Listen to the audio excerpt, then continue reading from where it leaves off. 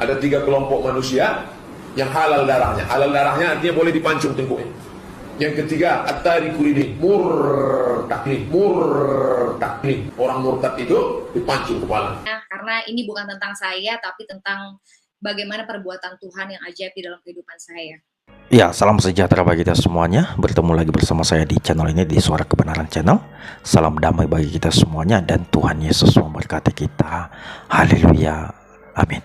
Saudaraku yang diberkati oleh Tuhan, pada bagian ini saya akan mengajak kita untuk menyaksikan bersama-sama sebuah kesaksian dari seorang murtadin yang sungguh luar biasa sekali dan tentunya sangat memberkati kita semuanya, yang mana kesaksian kali ini berasal dari kalangan artis. Dan puji Tuhan Bapak Ibu, beberapa waktu yang lalu saudara kita ini telah memutuskan untuk menerima Yesus Kristus sebagai Tuhan dan Juru Selamatnya. Puji Tuhan. Bapak Ibu yang dikasihi oleh Tuhan, tanpa berlama-lama langsung saja kita dengarkan cuplikan video yang berikut ini. Kiranya Tuhan tolong apa yang saya mau sampaikan, saya saksikan hari ini, semoga bisa saya sampaikan dengan baik dan bisa memuliakan Tuhan yang pastinya, karena ini bukan tentang saya, tapi tentang bagaimana perbuatan Tuhan yang ajaib di dalam kehidupan saya, yang mengubahkan seluruh hidup saya. Ya, biar kiranya apa yang saya sampaikan juga bisa menjadi berkat untuk setiap saudara yang mendengarkan.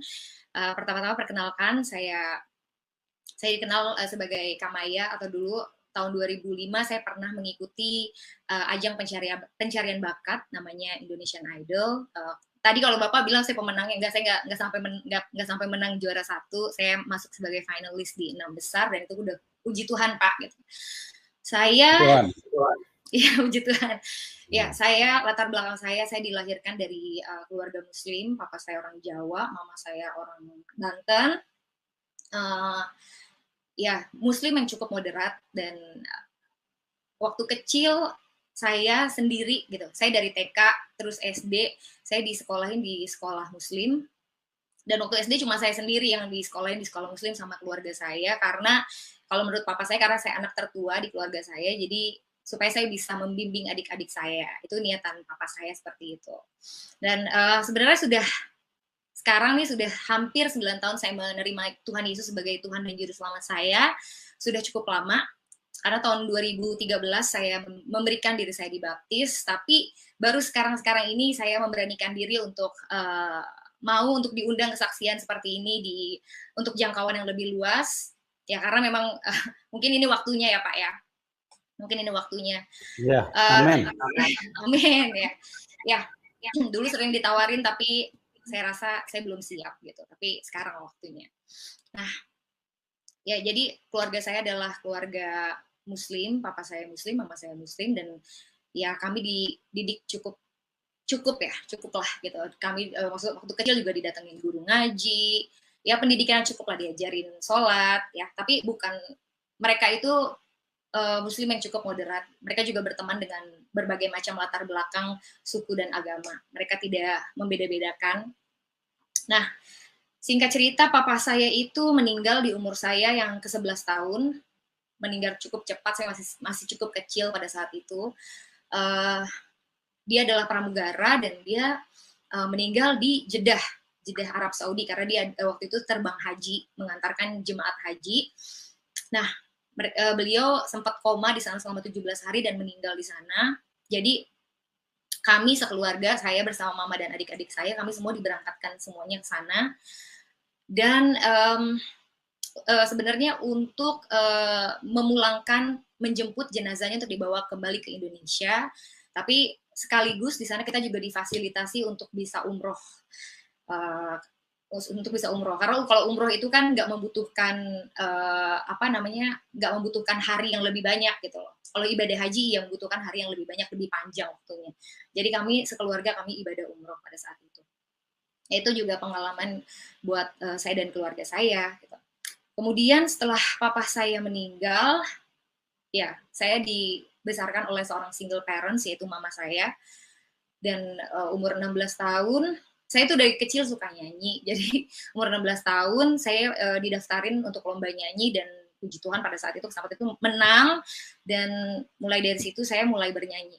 Banyak yang mengundang untuk bernyanyi sambil sekolah, sambil membantu keuangan mama saya juga, karena pada saat itu nyanyi sudah dibayar ya.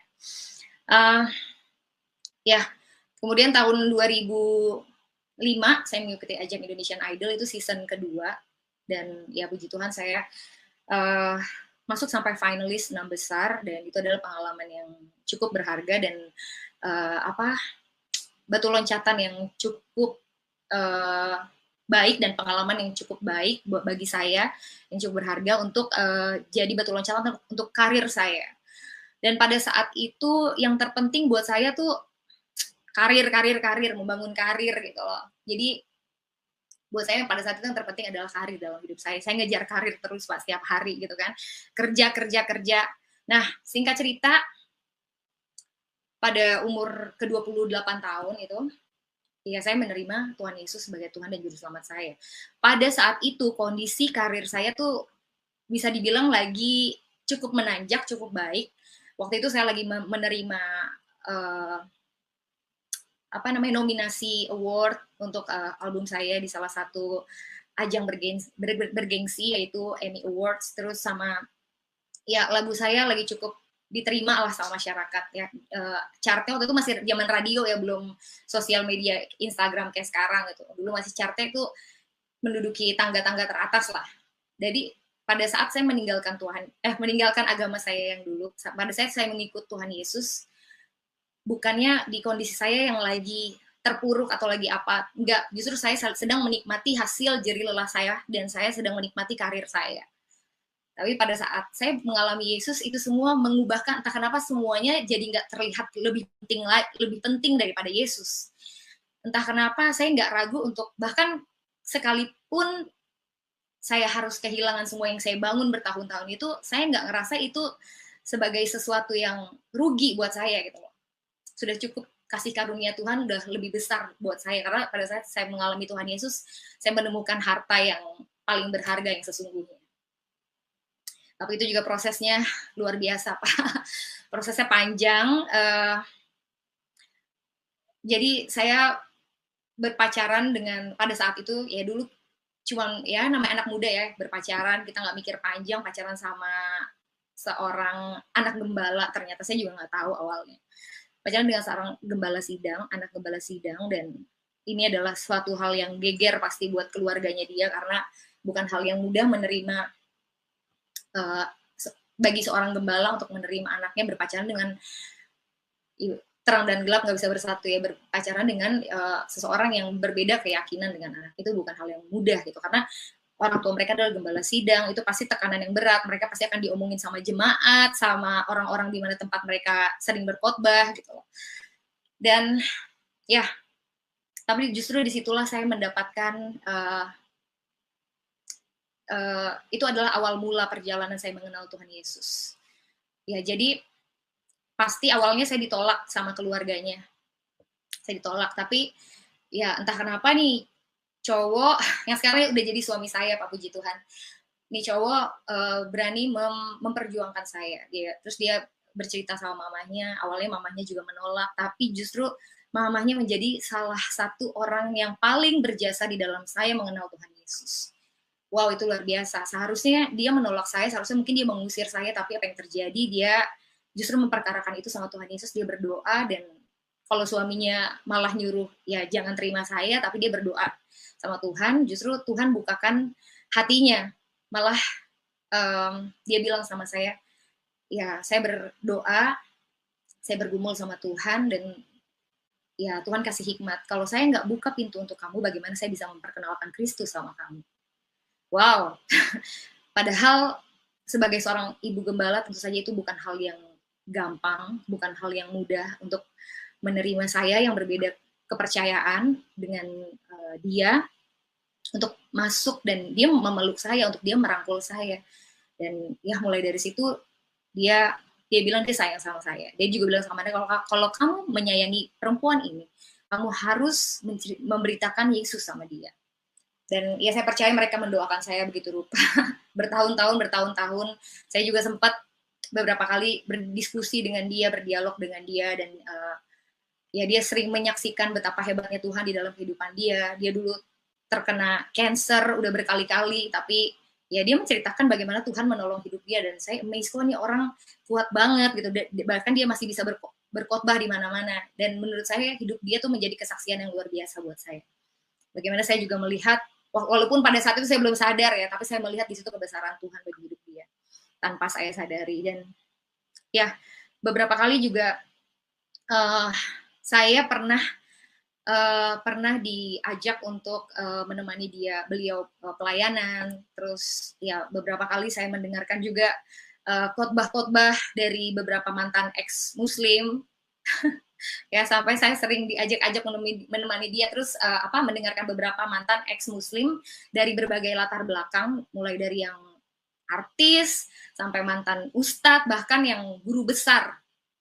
Dan pada saat itu awalnya saya menolak gitu, nggak cocok gitu sama saya, dan sangat mengganggu saya gitu, apa yang dijabarkan, fakta-fakta apa yang dijabarkan, karena pada saat itu saya masih saya masih berpegang dengan kepercayaan saya gitu. Dan prinsip yang diajarkan kepercayaan saya pada saat itu adalah kepercayaan itu kan masing-masing ya. Percaya itu masing-masing, gak usah saling usik. Kalau orang Islam bilang agamamu, agamaku gitu kan. Dan setelah itu, setelah bertahun-tahun, akhirnya saya memutuskan, karena bagi saya pada saat itu yang penting juga buat saya adalah karir saya, dan itu yang saya nomor satukan. Terus saya bekerja keras untuk karir saya, jadi saya memutuskan untuk nggak meneruskan hubungan itu, karena buat saya nggak make sense, nggak mungkin, nggak benar gitu loh. Oke, nggak mungkin nih saya sama dia gitu. Terus di satu momen akhirnya, ya inilah yang membuat saya juga orang kedua yang menurut saya sangat berperan besar adalah ya mantan pacar saya yang sekarang jadi suami saya. Dia juga punya peran besar. Dia bilang pada saat saya bilang hubungan ini tidak mungkin diterusin, dia bergumul sama Tuhan, dia berdoa sama Tuhan. Akhirnya dia datang sama saya, dia bilang, tolong kasih aku kesempatan satu kali lagi. Aku akan ajak kamu ke Israel, aku akan bergumul sama Tuhan di sana, aku akan lihat tanda Tuhan. Kalau Tuhan bilang enggak, aku akan enggak. Tapi kalau Tuhan akan kasih tanda sama aku yang berperkara sama Tuhan. Kamu jalan-jalan aja. Aku yang berdoa, aku di sana yang bergumul. Terus aku ya sudah pasti saya menolak dengan mentah-mentah, karena ya ngapain saya ikut ke sana, ya lu aja gitu ya. Kalau bahasa saya dulu ya kamu aja yang berangkat gitu, kenapa saya harus ikut. Tapi ini orang nih gigih banget, saya akui dia sangat gigih, dan dia bilang nggak bisa, kamu harus ikut, please, dia bilang, satu kali kesempatan. Berbulan-bulan dia ngajakin saya, kurang lebih 3 bulan. Awalnya saya tolak mentah-mentah, akhirnya sampai saya capek sendiri untuk nolak dia. Dan ya saya bilang gini akhir sama dia, ya udah kalau emang Tuhan izinin saya ke sana, saya pasti akan nginjakin kaki ke sana. Dan pada saat itu saya ngomong itu dengan sangat asal-asalan banget, karena saya nggak memikirkan itu serius gitu. Saya juga nggak mikir akan berangkat ke sana. Singkat cerita, sebenarnya dia mau ngajak saya ke sana itu nggak pada saat dia ngajak saya, dia tuh juga nggak ada uangnya untuk ngajak saya ke sana. Dia cuma ada buat dia, dan dia nggak ada maksudnya untuk memberangkatkan saya. Pada saat itu dia nggak ada uang, dan saya nggak mau bayar sendiri dong, orang dia yang ngajakin gitu loh Pak. Terus akhirnya singkat cerita, ini anak berusaha banget. Akhirnya dia punya ide, dia bikin, kalau zaman sekarang bahasanya tuh thrifting, jadi menjual barang-barang second kita, baju, sepatu. Dan saya amazed, selama kurang lebih 1 bulan lebih dia mendapatkan dana, mendapatkan keuntungan cukup bahkan lebih untuk memberangkatkan saya ke Israel. Dan itu saya amazed gitu loh. Padahal menurut saya itu nggak mungkin. Gitu. Itu mungkin small things ya Pak, tapi saya melihat actionnya dia tuh wow, luar biasa gitu. Dari yang tadi saya tolak mentah-mentah, tapi saya pelan-pelan saya amazed, loh kok dapat duitnya gitu kan. Loh kok gini gitu kan. Terus banyak hal-hal kecil yang sebenarnya saya lupa ya detailnya kayak gimana, tapi yang membuat saya amazed. Saya percaya itu Tuhan. Dan sampai singkat cerita, pada saat itu ternyata paspor saya itu ternyata kan kalau untuk berpergian ke luar negeri untuk mengurus visa itu minimal di atas 6 bulan ya, di bawah 6 bulan tuh udah nggak bisa ngurus visa dan ke luar negeri gitu. Terus ternyata paspor saya sudah di bawah 6 bulan, dan itu baru ketahuan tuh setelah mengurus visa, karena kan saya peserta terakhir yang didaftarkan ya Pak. Jadi kurang lebih 2-3 minggu lah itu mau ngurus visa, dan ternyata wah ini udah nggak bisa nih, sulit ini, nyusahin, sampai akhirnya saya harus perpanjang paspor itu. Apa namanya, itu lucu banget, berkas-berkasnya ketinggalan di rumah saya di Serang, terus kita bulak-balik lagi sampai akhirnya bisa ngurus paspor. Terus amaze-nya lagi, harusnya udah nggak mungkin bisa dapat visa kalau menurut orang travelnya juga kayak gitu. Ini kita 50-50 ya, dia bilang kayak gitu. Tapi yang bikin saya amaze lagi, ternyata dapat visanya, dan saya baru megang paspor itu pas di bandara. Tadinya saya kayak ya udah bawa aja, berangkat enggak. Saya juga teringat sama kata-kata saya, kalau emang berangkat ya pasti berangkat gitu, pasti saya nginjekin kaki di sana. Ternyata berangkat, dan ya selama di perjalanan saya nggak mikir apa-apa gitu, saya cuman ya udah, kan dia yang sedang bergumul, saya tidak gitu. Kalau saya sudah bulat dengan keputusan saya, nggak mungkin. Sampai di sana itu berangkat juga dengan keluarganya, dengan jemaat-jemaatnya dia, dan dengan pastori, orang-orang pastori. Jadi mereka semua jadi saksi di sana. Dan sampai di sana, pertama kali saya keluar dari bandara, terus menginjakan kaki di tanah itu, saya langsung teringat, saya langsung flashback pada saat itu juga. Saya ingat kata-kata saya, kalau Tuhan mengizinkan saya menginjakan kaki di Israel, pasti aku akan menginjakan kaki di sana. Dan itu terjadi, dan saya langsung bergidik gitu. Saya teringat itu, langsung saya terpikir, berarti Tuhan izinin saya ke sini dong, berarti ini rencana Tuhan dong. Aduh, itu mengganggu pikiran saya. Jadi selama di bis, orang-orang semuanya pada tidur, dan cuma saya doang yang nggak bisa tidur, dan saya sangat terganggu dengan pikiran itu.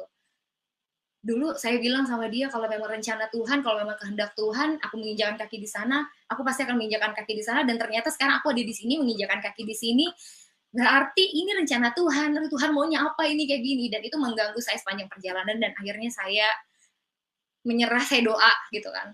Saya nggak tahu gitu, saya nggak bisa diolah dengan pikiran saya akhirnya berdoa sama Tuhan di situ. Tuhan tolong tunjukkan siapa Tuhan yang benar. Aku nggak tahu, kayak maksudnya tolong Tuhan, tolong tunjukkan kalau memang Tuhan yang benar adalah Tuhan yang saya percaya selama 28 tahun ini. Waktu itu umur saya 28 tahun. Tolong Tuhan teguhkan saya, tolong kasih tunjuk sama saya. Tapi kalau misalkan Tuhan yang benar adalah Yesus yang mereka percaya, tolong Tuhan juga tunjukkan sama saya. Mau walaupun pada saat itu di pikiran saya tuh apa ya, itu kayaknya nggak mungkin gitu loh. Karena yang saya percaya selama ini adalah keyakinan saya. Meskipun itu ya itu agama keturunan saya, tapi itu yang saya percaya, itu yang saya pegang. Dan singkat cerita, beberapa hari kami di sana, ya mereka berdoa, mereka pergi ziarah dari gereja ke gereja, dari suatu tempat ke tempat yang lain. Ya saya hanya mengikuti, dan apa ya udah kan dia bilang ya udah kamu jalan-jalan aja, kamu enjoy karena memang tempatnya bagus. Ya udah saya enjoy aja, paling cuma tanya-tanya ini itu tanya. Terus di hari kesekian, saya lupa hari keberapa, tour leadernya bilang, memberikan pengumuman di bis bahwa besok kita akan ada destinasi untuk pergi ke Sungai Jordan. Jadi bagi siapa yang mau dibaptis atau mau memberikan dirinya untuk rededikasi, silakan mendaftarkan diri kepada saya. Dan ya udah, bagi saya itu cuman sekilas info lewat gitu aja gitu. Sampai singkat cerita saya tidur, malamnya harinya saya tidur tuh saya kecapean banget Pak, karena namanya ikut tour itu kan dari subuh kita udah siap-siap bangun, terus kan pindah hotel, pindah kota, baru pulang, baru sampai kamar tuh biasanya paling cepat jam 9 malam atau jam 10 malam, jadi capek banget. Dan singkat cerita, saya tidur pada saat itu, entah kenapa saya tidur dengan pakaian lengkap, masih pakai sepatu boots, masih pakai jaket, masih pakai tas bahkan, dan pegang handphone, saya tidur kayak gitu sampai pagi. Dan di pagi hari itu adalah momen yang nggak akan pernah saya lupakan, itu momen yang merubahkan hidup saya. Saya, apa ya, mungkin saya bukan ketemu Tuhan dengan cara yang Tuhan datang sama saya menunjukkan sosoknya seperti apa, atau Tuhan datang di mimpi saya, tidak dengan cara yang seperti itu. Tuhan bisa melawat umatnya, bisa datang dengan bentuk apa saja, dengan cara apa saja, maksud saya. Jadi pada saat itu pagi-pagi saya belum mudeng, dibangunin sama teman saya, bangun, kita mau pergi, kita udah mau berangkat gitu. Oh iya, saya bangun dan saya mandi. Nah di kamar mandi itu adalah moment of truth, karena disitulah saya mengalami sesuatu yang mengubahkan hidup saya. hanya small things yang Tuhan bukakan di dalam kehidupan saya, dan itu mengubah segalanya. Jadi pada saat saya di bawah pancuran itu masih ngantuk-ngantuk, terus tiba-tiba kayak Tuhan bikin flashback dari kejadian saya waktu kecil,